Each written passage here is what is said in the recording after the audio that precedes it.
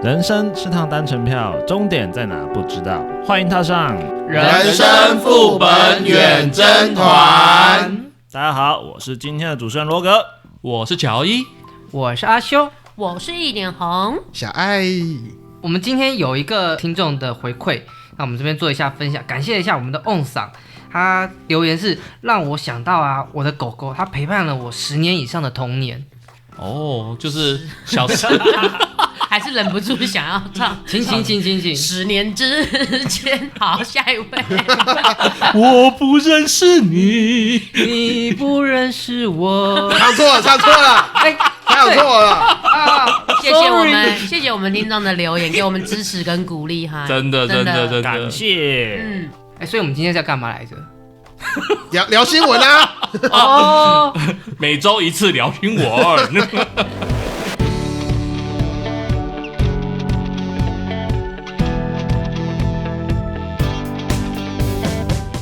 第一则，我们要来关心一下最近爆发的疫情啊！哦，天哪！光是4月天天破百，6天就破1000，到底是病毒太强挡不住呢，还是我们已经没有在怕了？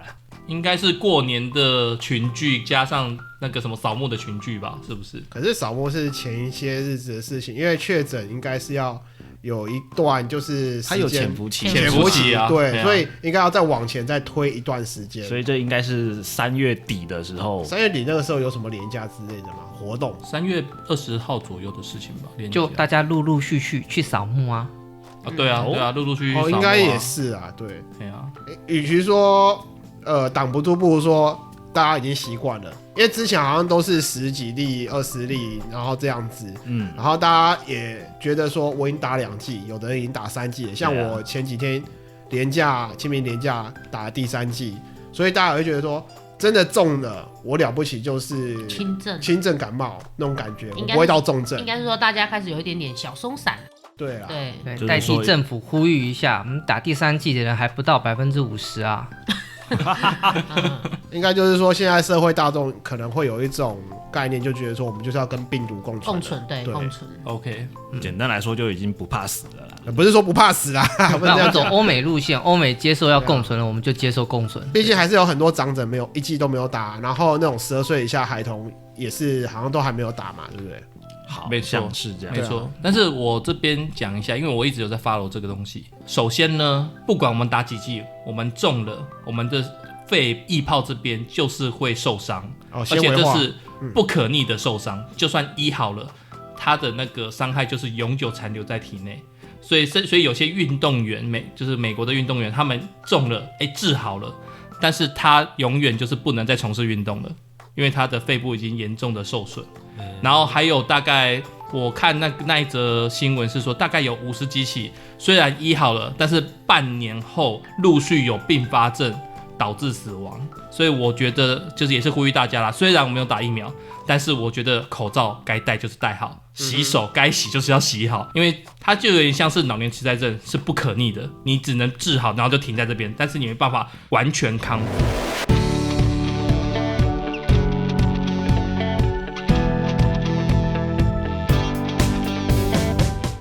第二则是3月23日晚间呢，在台北有一名男子在市府转运站上厕所，意外发现间隔上方探出了一颗人头。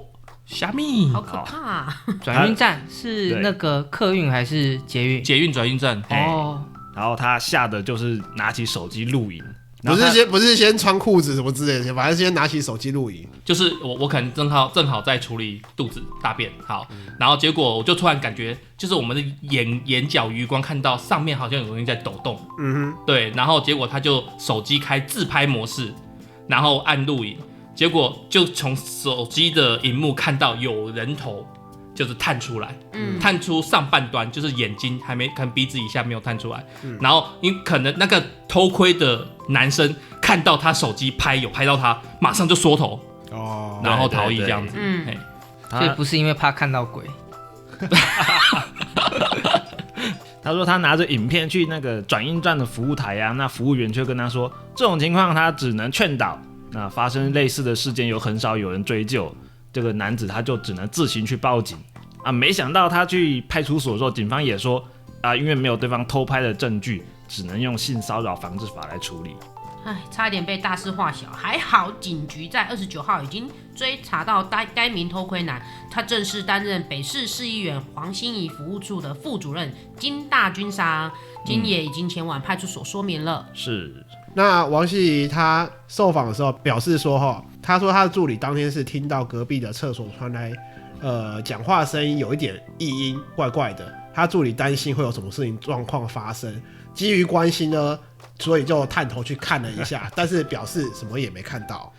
我觉得这个人就是荒谬。基本上听到异音应该是会出来敲门就说有没有什么问题，有没有什么事，对，需不需要协助？我不会动不动就这样看一下对方怎么样。对啊，这样很恶心很奇怪，应该就是直接在他那个侧间就直接先敲门，你是不是有什么问题？这样，请问一下有没有需要帮忙的？对，是不是没有卫生纸？对啊，最常发生这种事。还是说手机掉马桶里面？那个也很闷，完全就没有理由要抬头去看。对啊，对。然后我有后续追踪一下这个新闻，他这个男子好像是小网红吧？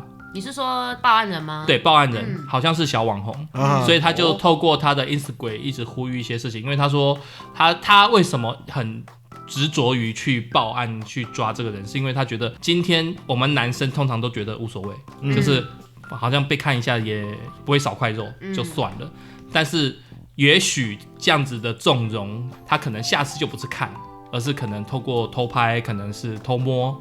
然后他说，假设今天受害者是女性的话，我相信可能有更多的社会大众会关注这件事情。但是男生的状况可能就比较没有人去关心了。对啊，可是因为你们男生如果坐着上的话，真的我从另外一边起来看，我要看什么？我也不知道。不是，就是有人他这样子看，一定可以看到我们的老二。对。应该说大棒棒才对，好不好？因为我们当兵是习以为常给人家看，就是大家都有这个东西，所以没什么差。对，但是我觉得这个应该是属于可能他自己的性癖好的问题，他可以从这个动作得到快感。对，但是我讲回来啦，今天这个小网红他为什么要这么执着去抓这个人，就是因为他觉得男女不平等。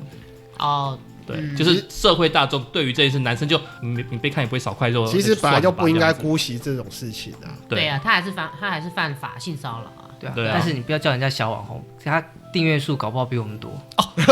Sorry， 前辈说的也对，对不起，我错了，对不起，前辈。I'm sorry。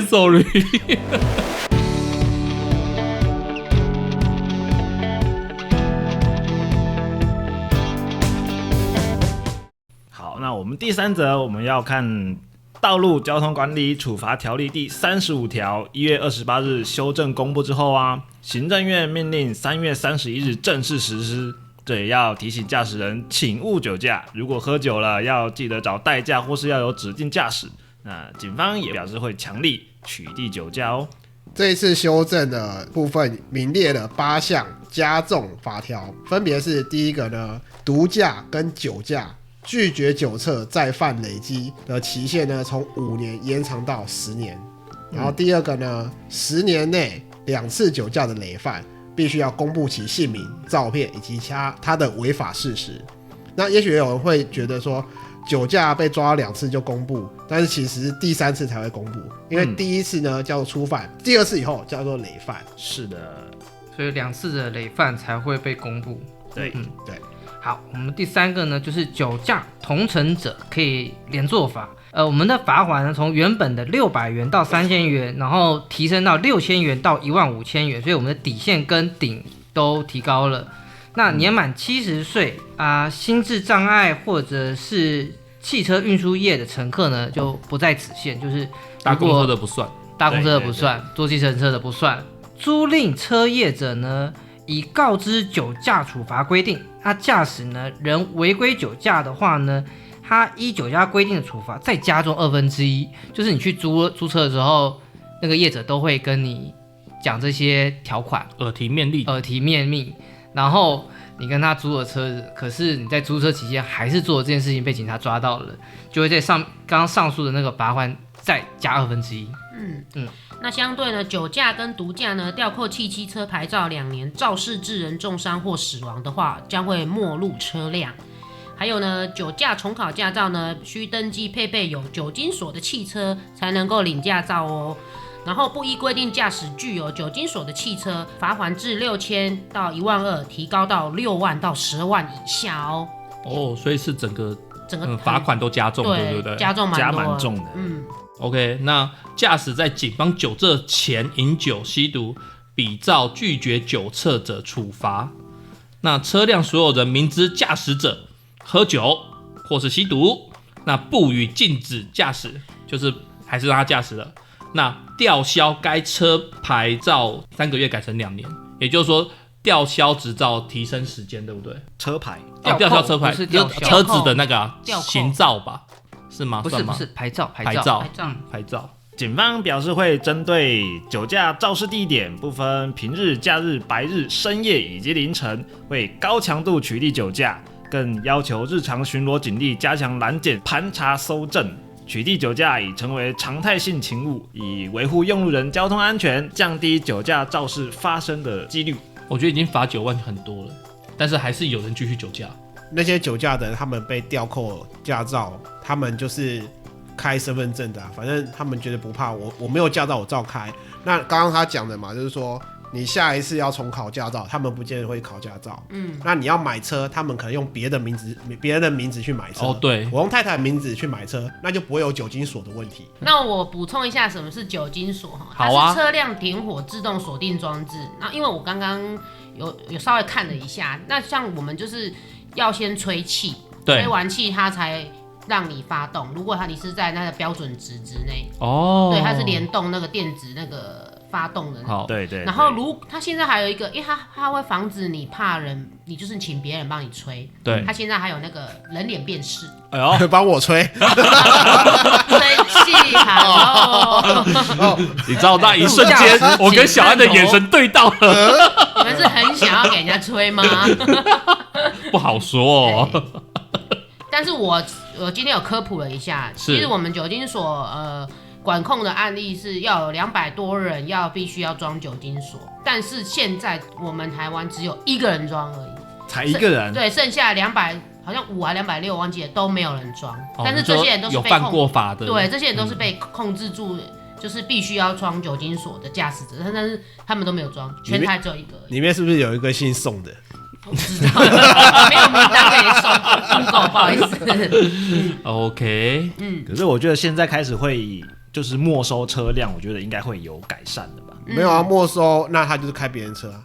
就那你抓到就没收，抓到就没收，以后谁还敢借车给你？那就是疫情过去之后，大家借车之前请出示驾照，没有拿到驾照，没有拿驾照出来，反正不管，我们就还是奉劝大家用路人不要酒驾上路啦，真的。修的部分提醒我最近才碰到一个案例，就是我的朋友的太太，他的朋友跟他借车，他的朋友没有驾照，然后结果就出车祸了啊，然后结果他的朋友要赔钱嘛，然后我朋友的太太也要连带，因为会啊，对，借给没有驾照的人开车，对，这个案子还在处理。所以其实有时候这种就是借朋友这种东西，还是要看一下状况。对，不能，我觉得现在已经不能说义气当先了，就是朋友可能会觉得不舒服，但是你还是要讲，你要驾照有没有看一下，可能变得要法理情的啦，顺序要不一样。对啊，也是为他好啦。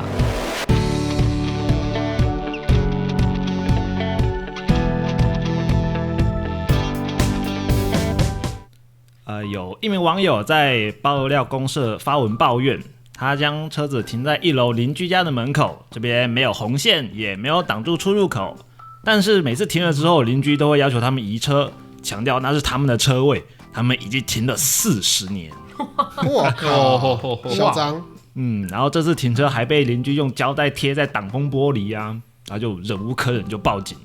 警察到场之后啊，这邻居还在强调说他们家也有让人停，只是要在他们家女儿的车回来的时候移走，所以要停的人就要留电话，然后要配合移车。那邻居也强调说这个土地是他们的，把土地权状拿出来啊！我也觉得，结果对邻居的说法呢，警察当场打脸。警察强调说，没有画红线，就是人人都可以停，没有谁必须移车的问题。此外呢，警察也表示，这块土地呢有水沟盖，那显示就是继承道路，不是私有土地，要求邻居不可强制移别人的车，更不可用胶带粘纸条在别人的挡风玻璃上哦。真的，可是我觉得很多人他们就是买那种老旧的公寓啊，他们就觉得我买1楼旁边那个就是我要停的。对啊，很多这种现象、啊，很多这种真的啊。然后所以1楼的价钱会比一般楼层高20%，而且有的时候真的是停久了就会惯性用法啊，对，就是那种出名 gay 啊，就会觉得说大家停久了就觉得哦，这就是谁家的车，第一代单的呀，第一代零的呀，就可能就会变成这样子。对，这是台湾的算陋习嘛，就约定成熟的一个东西。实际上，如果真的火大要报复他的话，也是有一些小技巧可以用。比如说我们的这种我们不要教授这种知识，没有，正当的，好，因为我们绝大部分台湾的老旧公寓它都在一个很小的那个路里面，对，通常都不够4.2米，对，所以你就告他违规停车，然后就去请拖吊业者，对，然后他就把他拖走了，对，多拖几次，那个地方大家就不停车了，对，好，我这边也可以分享一个，就是我在就是台北的朋友。然后他也是类似这种状况，弄得他就是觉得很烦，所以他干脆就去，好像可以直接申请画红线嘛，对不对？对啊，可以啊，对啊，所以就是申请画红线，然后全部人都不能停。而且说真的啊，刚刚讲到阿修讲到这种道路很窄，才4米多那一种吼，通常我是觉得真的不要去停啊，真的哪天灰朽除后你就知道了。对、啊，那个消防车是开不进来的，进不来的。对啊，没错，台北很多这种小巷道啊。对啊，然后结果火灾了，结果要移车的移车，我感光那个移车就要花快1个小时。对啊，没办法。对啊，你们不知道有没有知道，就是我前一阵就是去年的事情，我在台北租的房子，它后栋着火，然后我们是在前栋，对，我们在前栋，结果消防车进来超难进来的，你知道吗？肯定的。对，因为我那个后面就是单行道嘛，所以3个单行道。然后3个要移车出去，然后让消防车进来，你懂吗？5台消防车来哦，但是他们都进不来，就是变成水管牵水管这样子拉进来。所以有的时候真的生命的逝去，可能就是这些状况造成的。某种程度上是啊。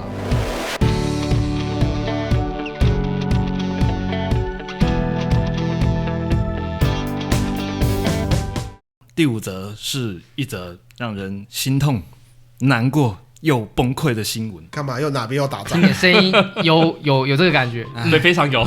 在这之前，还请大家跟我一起默哀3分钟。1、2、3，好，3分钟了。等，修蛋姐，到底是发生什么事情？我完全搞不清楚状况哎。好吧，是我的女神高桥圣子，她宣布要隐退了。靠背哦！谁是高桥圣子啦？不能这样讲啊，她跟山上优雅是齐名的谁又是山上优雅？山上优雅好可爱。你知道高桥她是 AV 救世主吗 ？OK， 继续。这些没有那个，我比较常用山上去高桥我不错，但是也还好。他们2个是 AV 界的双巨头目前 OK， 那个我们就是钟子东大哥啊，他还有推一个安吉拉拉。安吉拉拉也不错。他谁啊？就是罗格最爱的那个，回去自己 Google， 奶子很大的那个 AV 女优，我现在就想要 Google 高桥圣子。他的那个安在拉拉的称号叫做神之乳啊，神之乳。但是其实胸部也是要看形状，因为如果说真的就是神，好，他那个就是完美的。OK， 我在想这一段不知道黄金比例，兼具不用剪了，大小跟形状。然后那种各种条件都是顶级。OK， 光泽形状，所以高桥圣子他本人发表了什么？好啦，高桥圣子在1日在推特上面发布重大公告。等一下，4月1号，对，4月1号，不是愚人节，很认真的哦，认真的。他说要在出道5周年的时候隐退。他强调不是因为结婚或是怀孕，更不是愚人节的玩笑，他是考量到自身状态不佳，想要珍惜身体健康。所以才决定要退出的。不好意思，我有点搞不清楚状况。所以他是在5年前的4月1号愚人节宣布告别哦，今年啦，出道5周年了。出道，我是说他是5年前的4月1号愚人节宣布出道的。它其实是5月，应该是5年前的算5月抓满5年了。这不所以还是重点是预告吧？对啊，我也想说这不是很重要。反正他就是要拜拜了嘛。对，它的隐退作是在5月初啦。哦 ，OK，我觉得合理啦，因为其实拍那个片子，我们看的虽然是愉悦，但是其实好像对 AV 男优跟 AV 女优都是有一种程度的伤害。也就是说伤害不如说是其实体力上的负荷也非常的累，因为没错没错我们看的那些什么一些看得很精彩，但是其实他们中途会不断的喊卡，然后换脚位、换角度、换镜位，然后一些要瞧一些有的没有的，其实一整个拍下来非常的累，没错，同一个 scene 可能要拍好几遍。真的。对，你想想我们这样子，我们的 podcast 我们30分钟、40分钟，我们要录1个多小时，他们那个节目我不知道多长了，但是也是要2倍的时间，他们就在这边通吃2倍。常一我这边要科个普一片片个东西吗？讲啊，就是因为我这个也是从中子通大哥那边听到的，就是说他们是去租那个录影棚，是有时间的，对啊，所以他们安排到时间是凌晨。那些演员、摄影、导演什么，全部都要凌晨去那边，所以是啊他们的生活作息会比我们想象的还要混乱。对混乱。那这个混乱会造就一些后遗症，就像空姐时差问题造就她身体一些不舒服的后遗症。对，所以我在想他讲的身体健康应该是指这个。其实我有看到另外一位 AV 达人，他叫做一剑晚春秋。哦，一剑晚春秋，有对，春秋哥，他那边的情报是说，他应该是还债还完了，所以就不玩了这样。哦，也可以啊。对啊听说一线女优那种 AV 女优刚出道很爆红那种后，第一支作品就可以买下在新宿的一栋房子了。有可能，我之前有看到说高桥的第一片，他出道前是写真女星，好像是一整年的收入就大概一片就可以抵过来了。真的差不多，真的很厉害那种。就是对啊，新宿我之前看节目的时候，它现在在比较便宜，一户建大概1400万日币就可以买到一栋吧，买好一点的1400万日币，对，然后好一点的3000万。应该这样讲，日本的房地产不像我们台湾这么可怕，对因为他们那边地震很严重，所以他们反而觉得买房子是一个负资产，不像我们台湾是正资产。对。哦，没有，因为我只是想到今天我刚结束的工程，然后听到那一户要卖3500万，我突然有点吐血。这是台币。对啊，我只是觉得有点吐血而已。好，这是题外话。题外话。说到这个，还有一个大咖的女优也隐退了，曾经被誉为现役颜值最高的风可怜，也在今年的3月28号宣布隐退。她也是写真出道，然后转到 AV 界的，那大家可以去找一下他的照片，他的颜值真的可以放在哪边都是顶尖，还蛮可惜的啦。对，真的，我又不认识，我又要科普自己慢慢 Google。这一个新闻一点红姐姐完全跟不上，请听众原谅我。但是我也有点跟不上，因为像你刚刚讲那个风可怜，我也不认识，因为像以我现在的状态都是看 AV 就是看重点，我不太会去看谁演的，或是颜值怎么样，颜值也是要看一下的，好不好？这个只要风小姐不夸张，我觉得都可以用。行啊，那就暂停30秒，大家都来查一下，阅览一下。好，你们查。我也要查一下风可怜，我真的不晓得风可怜。对，他这个风可怜今年才22岁而已哦，也就是说他大概，而且他才做3年，长得不错哎。而且像刚才你们讲那个什么第一个作品可以暴赚大赚啊，我觉得这个还有跟那个日本文化有关。像我是不太会有什么处女情节之类的，但是他们那边好像说刚下海刚怎么样的，一定会一窝蜂的人买，很正常啊。嘿啊，没有啊，因为说真的AV 女优的产业它是走下坡的，就是说你第一支一定最赚，但后面的片酬一定是越来越低，越来越下降，很少会有，只有少数大咖有。然后再来就是你的第一支片酬会拉到那么高的原因，还有一个重点是你的自带的背景，像很多都是那个写真出来，团体偶像出来，如果你是素人出来，没有那个价码。哦，对，原来是这样子。除非你挂一个什么东大啊，或者是有可能空姐啊，就是背景啦。你的背景，如果你什么财团千金小姐，干妈屌，就是想象空间呐。有可能哦，就是兴趣。那个兴趣。我刚刚是想说，是可能父母什么生意失败，然后被迫下海。对，因为真的有这种，真的是有这种，就是兴趣哦，他是兴趣，他真是兴趣，但是他可能就拍个2-3支他就不拍了。因此我们可以知道乔伊同人本看的非常多。讲到背景，现在最流行的背景，你们知道是什么？什么？是网红。网红好下像是海 YouTube 网红，或是那个 TikTok 的网红。哦，有可能。好了，今天的时事副本那就到这边结束啦。我们现场沉浸在一个我觉得蛮欢悦，气氛肃穆的气氛这样。你清明扫墓的时候有这么肃穆吗？你慎终追远是有这么肃穆吗？很难过，好不好 ？OK，我觉得在座堂只有你难过。你可以，反正一个走，你还可以再追下一个嘛。对啊，老婆永远不嫌多啊。代表他们向你道歉，我们不该这么笑你。继续。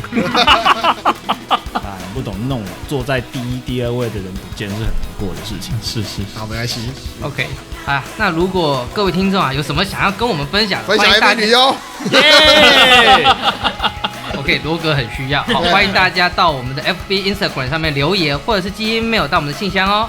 觉得我们的节目还不错的话，请记得帮我们按订阅并分享给你朋友。订阅分享不用钱哦。对，然后也不要忘记5星好评。那我们现在各大平台都有我们的节目，那我们就下回见喽，拜拜。